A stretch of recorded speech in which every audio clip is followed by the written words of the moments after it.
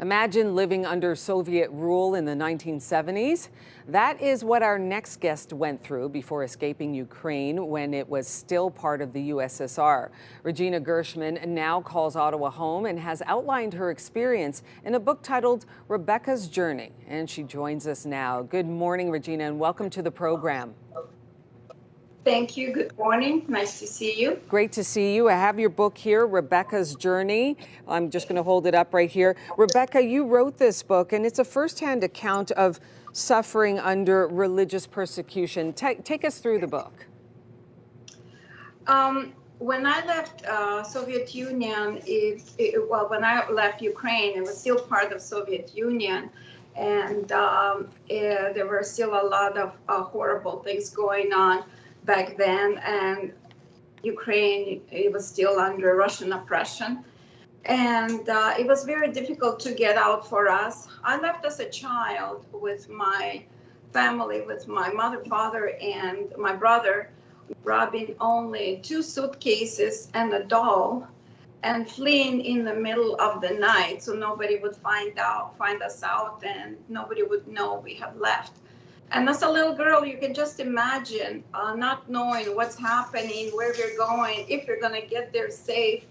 And we had no idea and no expectation what's happening. The only thing we were afraid is that if someone finds us out, we would be gone. So we left a lot of our relatives behind, and they're still there in Kiev, where I came from. And like I said, it was a very difficult journey, and I'm so glad I'm in Canada. I appreciate Canada, and I just can't imagine what they're going through, and I sympathize greatly. Regina, tell me about writing the book, Rebecca's Journey. When did you write it, and did it offer you some relief going through, once again, the account of escaping this suffering under religious persecution? Did it give you some relief writing the book? Yes, that's the reason I did write the book, because I had nightmares for a long time. And I wrote the book last year, so at least I could put my thoughts and memories on paper to stop hunting and move on with my life. It was a very, very terrible chapter of my life back then, and I had, like I said, I had nightmares of what I went through as a little girl. Regina, do you have family still in Ukraine right now?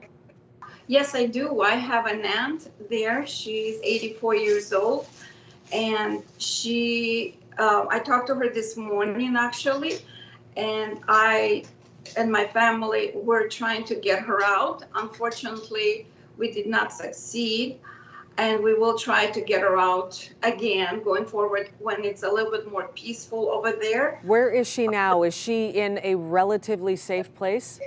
She is in her apartment building in Kiev. And so I would hope it's a relatively safe building, but she's saying that there are no neighbors. Everybody have left except for her. Does she have any power? Does she have any power? Does she have any power, any water? Today she told me she had some power, but it's still very cold. It comes and goes, and not always water. And it's very cold over there. So she needs help. What did you think when this war began? I was amazed. I was shocked. I didn't expect this was going to happen in 2022. I couldn't believe it. We were all frightened. We were just so worried. We would hope that this would end soon. But as you know, today is day 11. Yeah. And it looks like it's ending anytime soon, unfortunately. Well, Regina Gershman, we have to wish you and extend our greatest thoughts of hope to your family that's still in Ukraine. And thank you for writing this book. It's called Rebecca's Journey by Regina Gershman, out now on Amazon. Wishing you and your family all the best. Thank you very much. You're welcome.